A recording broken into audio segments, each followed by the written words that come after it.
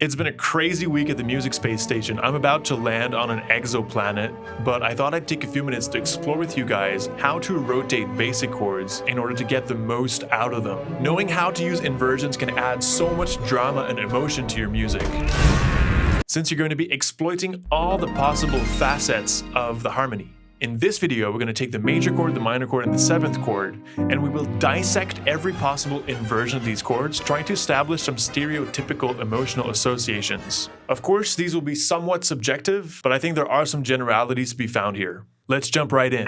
As you probably know already, the major chord is constituted of a major third and a fifth. Let me just clear out a basic confusion that I've heard a lot as a music teacher. The way that most people learn about chord inversions is by flipping the order of the notes. So taking the C, putting it one octave higher, and then you get the first inversion. And then taking the E, putting it one octave higher, you get a second inversion. So the first inversion goes E, G, C, and the second one goes G, C, E. Now, while this is not false, and it's definitely a good way of practicing them at first, it can be a little bit misleading. The reason for that is the only thing that really matters to identify the chord inversion is the bass note. Now, if you're on the piano and you're playing a 3-note chord in the right hand, more often than not, you're also going to be playing a bass note with your left hand. And since the bass note is what matters to identify the inversion, these note patterns cannot really be associated with specific inversions. For example, if I play a C chord in the fundamental position with my right hand, but I put an E in the bass, well, this is now a C chord in the first inversion. It doesn't matter that I have a fundamental position in my right hand. And if I change the bass note to a G, this is now a C chord in its second inversion. The only thing that matters is the bass note. When the third of the chord is in the bass, we're faced with a first inversion. When the fifth of the chord is in the bass, we have a second inversion. That's it. The bass is the guide. Since a triad has 3 notes, we can represent this set of possibilities with a triangle. So let's talk about the major triad. Of course, the fundamental position will always be more stable harmonically than the inversions. That's because the third and the fifth are basically harmonic emanations of the fundamental. Some of you might know this already, but any note played on an acoustic instrument carries with it a bunch of higher frequencies that are called harmonics. These frequencies become softer and softer as we climb the frequency spectrum, so that's why the brain kind of agglomerates them all into the perception of a single sound. Now, the first harmonics that emanate out of a low C are precisely this E and this G. So basically, these 2 notes are in agreement with the natural harmonics of C, which explains the natural consonants of the major chord. If you want to go deeper on harmonics and how they relate to the major scale, you can check out this video. This is a bit less true for the minor chord, but still the idea holds that the fundamental is kind of the harmonic mother of all these other notes to add on top. So when you put one of these children notes in the bass, it has huge consequences on the harmony, even if the set of notes has not changed. So let's talk about the first inversion. The third is the most dissonant note of the major chord in comparison with the fifth. So if you put this note in the bass, creating a first inversion, this will make the chord significantly more dissonant. The ear will still be able to recognize the harmony of the tonic chord, but barely, since so much emphasis is being put on the E.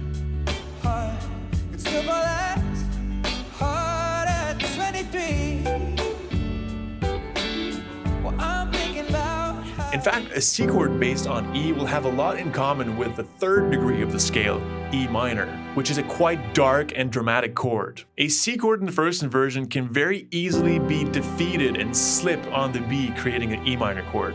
And that would come with a feeling of bending the back, sort of shrinking and closing the harmony. That said, the first inversion has a very strong lyrical potential precisely because it is so fragile. There's something moving about the persistence of this C through this permutation. Like, we can still hear the tonic somewhere in there, even if it's temporarily obscured. In order to compensate for this added dissonance, a common practice in classical and pop music is to make sure that there are no other E's in the chord except for the bass note. Very often when we voice chords, we're going to double the bass at some point in the harmony. So if I'm playing a fundamental position, I could do this, doubling the C in the middle of my right hand. But if I switch over to a first inversion, you're going to have an E in the bass, but only C's and G's in the higher voices. This alleviates a little bit the tension caused by putting the third in the bass. This inversion has been used a lot on the 5th degree as well to create a more fluid and lyrical version of the perfect cadence. So instead of going 5-1 like this, you go 5 first inversion to 1 with this leading tone in the bass that has to move up to C. Because of this, the first inversion has been used a lot in upwards motion, for instance, C first inversion going up to F, like we hear in Beethoven's Pastoral Symphony.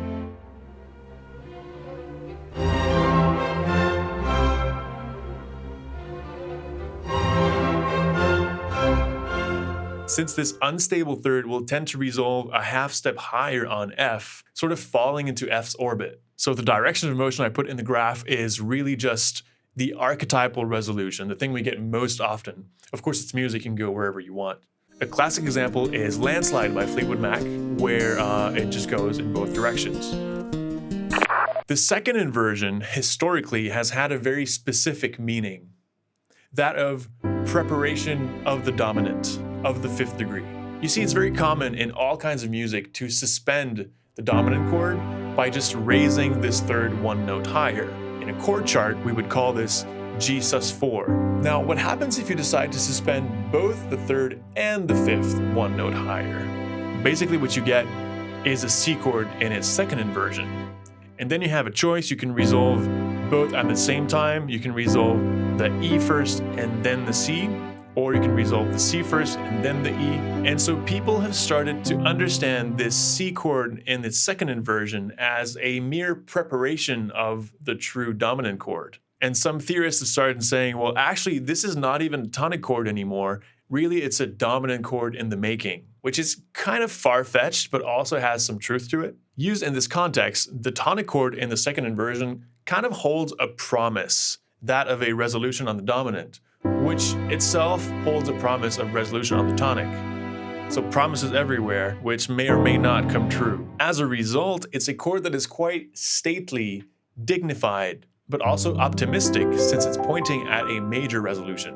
Another transitory use of the second inversion is to use it as a passing chord in between the fundamental and the first inversion. So let's say I'm on a fundamental C chord and I want to go to a C chord first inversion. Well, I can just go through this G chord second inversion, creating a bridge between the two. If you're using it out of these classical patterns and staying longer on it, well, it has a very different vibe, like we can hear in Holocene by Bon Iver. I love using second inversions on major chords when I want the major chord to sound a little bit less cheesy, a little bit less obvious. For me, it also has a warming effect. Another very typical use is the second inversion on an F chord going C, F, and back to C, which is a peaceful chord progression that anchors you very strongly to the tonic. A good example that features both inversions in succession is Radiohead's Exit Music for a Film, in which we get a D chord based on its 5th, A, so a D chord second inversion, followed by E chord first inversion on G sharp. The D chord is rather calm and peaceful, and the E chord on G sharp is much more agitated, like walking a thin line.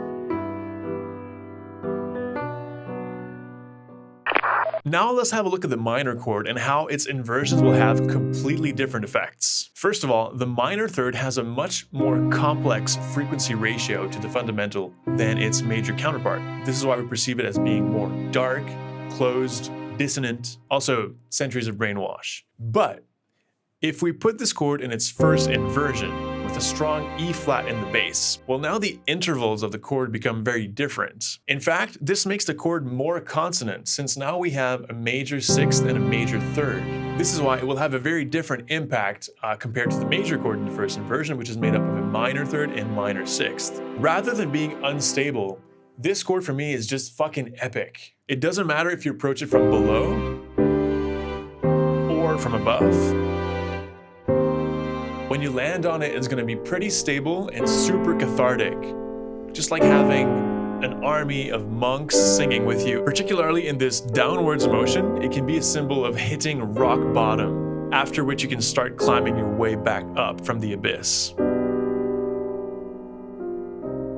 Putting the F minor chord in its first inversion can be a very dramatic way of approaching the 5th degree in a descending motion with dark overtones, which is one of the classical ways of using this chord. Another use of this chord you can keep in mind is If you're sitting on a major chord and you feel that this major chord is too cheesy, too happy, you can consider moving the fifth up one note, which will create a minor chord in its first inversion. This will preserve the global harmonic function of your chord, but it will dampen a little bit its joyful quality. So instead of going F, G, C, for instance, you could go D minor on F, E minor on G, C, or even A minor on C for that matter. It's a very common practice in neoclassical music, which is always very nostalgic and melancholic for some reason. Finally, using both major and minor first inversions, there's a way of creating musical movement without impacting too much the harmony, and that can be very useful. That is, creating a parallel sequence of chords in their first inversions. If you create a parallel sequence with chords in their fundamental position, you're going to end up with a series of parallel fifths, which are considered harsh and a bit empty. But in their first inversions, all the fifths of these chords become sixths, which allows for a much more fluid movement, like you can hear in my piece, The Fool.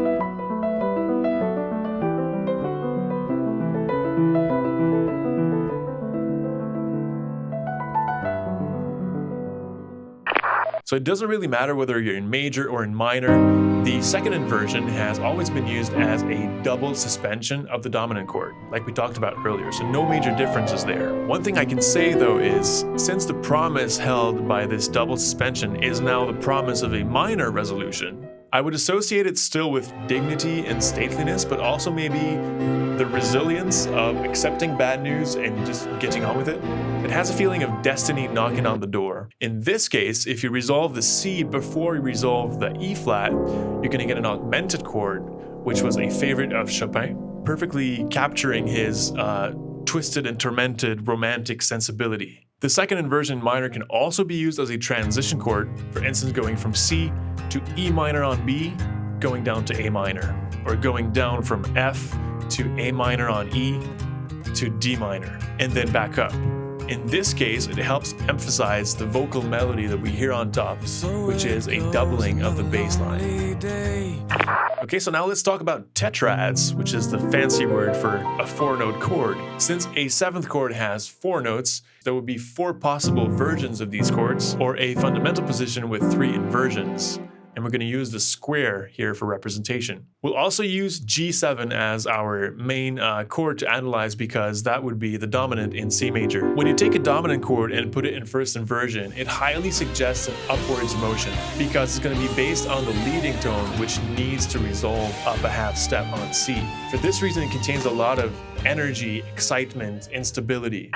Let me jump directly to the third inversion because it's kind of the opposite of the first inversion. Since the third inversion is based on the 7th of the dominant chord, and the 7th has a strong tendency to fall down, you're going to expect a downwards movement from this one. The typical way of doing things is to fall down on the tonic chord in its first inversion. Here the dominant chord has a feeling of inevitability, fatality, like letting go of something, which, if it resolves on a major chord, will feel like we're relaxing into a fragile but peaceful situation. If it resolves on a minor chord, it's going to provide this epic feeling of hitting rock bottom that we talked about earlier. To me, at least, it kind of has this noble character of acceptance, because you're accepting to go down. We can use the song Life on Mars by David Bowie, which uses in sequence the first inversion and the third inversion of the dominant chord. Actually, there's a lot happening in this piece. We won't go through the whole analysis, but we're starting on a major chord second inversion, which is kind of peaceful. Then we move to a dominant chord first inversion with all the tension and anticipation that it brings. Then we land on the minor relative, and then we hit a dominant chord in its third inversion. Here it's 5 of 4. People who know about secondary dominance, resting on its 7th, so basically a third inversion. Then this whole pattern repeats a 5th lower.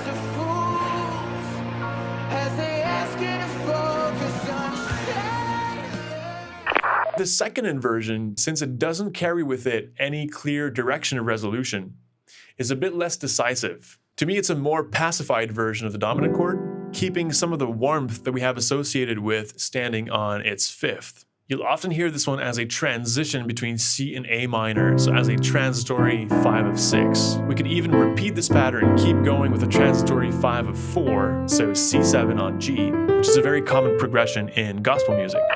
This covers most of the archetypes related to chord progressions. Tell me if you think I missed something. I hope this was useful to you. Don't forget to subscribe, and you're welcome whenever on the Music Space Station. Thanks for watching.